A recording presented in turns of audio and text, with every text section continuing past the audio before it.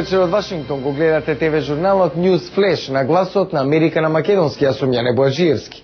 Белата куќа денеска ќе објави повеќе детали за безбедносните пропусти, што доведоа до обид за активирање бомба во патнички авион во САД на 25 декември. Портпаролот Роберт Гибс најави дека Белата куќа ќе објави претходно доверлив извештај за истрагата по наводниот обид на нигериецот Умар Фарук Абдул Муталаб да детонира експлозив во авион што требало да слета во Детройт. Председателот Барак Обама се очекува да се обрати на нацијата по овој повод во текот на денот. Советникот за национална безбедност Джеймс Джонс за USA Today изјави дека американците ќе почувствуваат известен шок кога ќе откријат каде се погрешило, но дека председателот е определен да ги реши проблемите. Против 23 годишниот Абдул Муталаб во среда во суд во јужната држава Мичиген беше покренато обвинение по 6 основи, вклучувајќи обид за употреба на оружје за масовно уништување и обид за убиство. Ал-Каида го поздрави нападот на бомбашот самоубиец во Афганистан во кој загинаа 7 агенти на ЦИЕ и рече дека е во знак на освета за загинувањето на водачи на милитантите. Ова го тврди висшиот лидер Шејк Мустафа Абдул Ал-Јазид во порака на интернет. Предходно афганистанските и талибанските милитанти презеда одговорност за нападот. Напаѓачот Хумам Калид Абу Мулал Ал-Балави бил јордански информант и работел како двоен агент на Ал-Каида. Студот во Соединетите Американски држави покажа заби. Од средниот запад до југот и барем засега нема намера да попушти. Ниските температури однесоа најмалку 6 човечки животи и се закануваат на насадите со јужно обошје во Флорида. Националната метеоролошка служба прогнозираше нови врнежи на снег во сојузните држави Ајова, Мисури и Илинојс и до 15 сантиметри и температури 15 под нулата. Со оружјето нема шега, сигурно не во NBA. Американската професионална кошаркарска лига на неограничено време и без право на плата го суспендираше играчот на Вашингтон Визардс Гилберт Аринас, поради тоа што чувал пиштоли во сооблекувалната. Аринас изјави дека само се шегувал и дека сакал да го отстрани ненаполнетото оружје од дома по раѓањето на ќерката. За инцидентот веќе се води и кривична истрага. Имајте не пред вас секој ден во годината.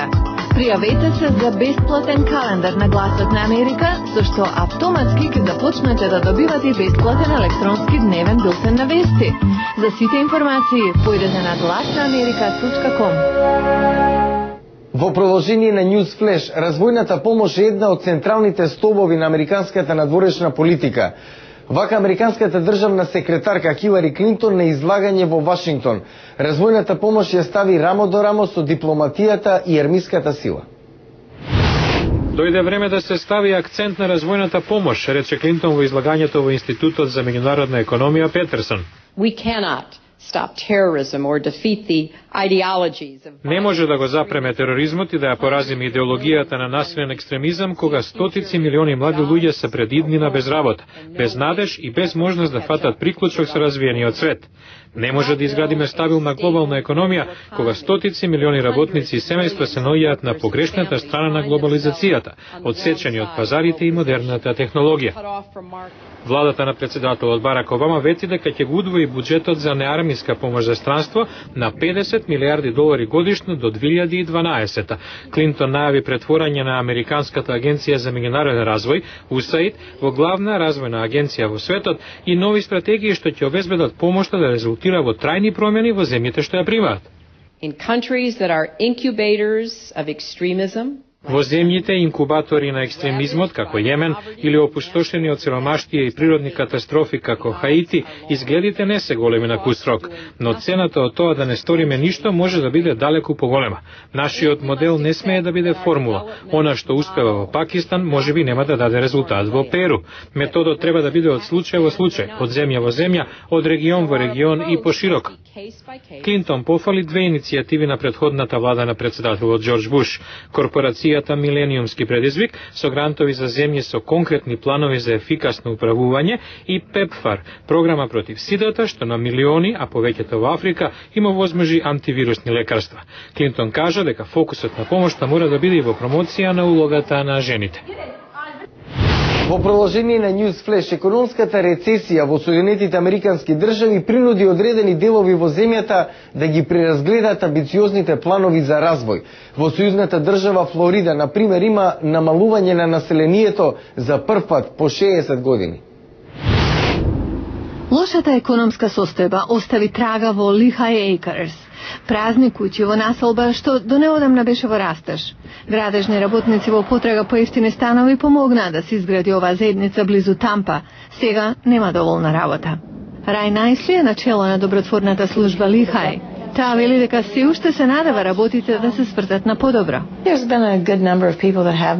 Многумина се одселија. Слушам за луѓе кои заминале во Тексас по градежничка работа, некои во Тенеси, Северна Каролина. За прв пат во 63 години населението на Флорида се намалува. Сега има 31.000 помалку жители. Помалку луѓе бараат работа, помалку пензионери се доселуваат, повеќе лица заминуваат. Абрахам Лавендер е социолог на Меѓународниот универзитет во Флорида. Тој вели дека државата мака мачи со новата реалност. Флорида е градена на предпоставката дека секогаш ќе расте и се е планирано во таа насока. Така, кога имате забавување, запирање на растежот, па дури и на задување како сега, тоа менува се. Клучен извор на растеж на Флорида долго време беа пензионерите кои доаѓаа од други делови на САД. Тони Газдецки со сопругата дошол од Детройт пред повеќе од една деценија, главно да ги избегне тамошните студени зими. Најмногу од се поради времето. Би дал се да се спасам од снегот. Тој не би се вратил назад, но вели знае многумина кои заминале.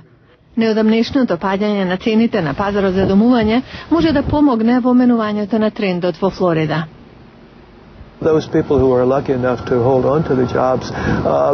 Оние кои имаат среќа да се вработени, може да си дозволат куќа што пред неколку години за нив била само сон, вели Лавандер. За жал, многумина не можат да го дочекаат тоа.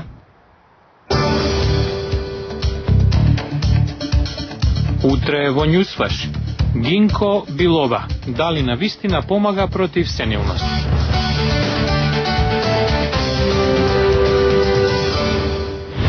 Тоа беа вестите за денеска. Јас сум Јане Бојаджиевски од студиото во Вашингтон. Го гледавте ТВ журналот News Flash на гласот на Америка на македонски.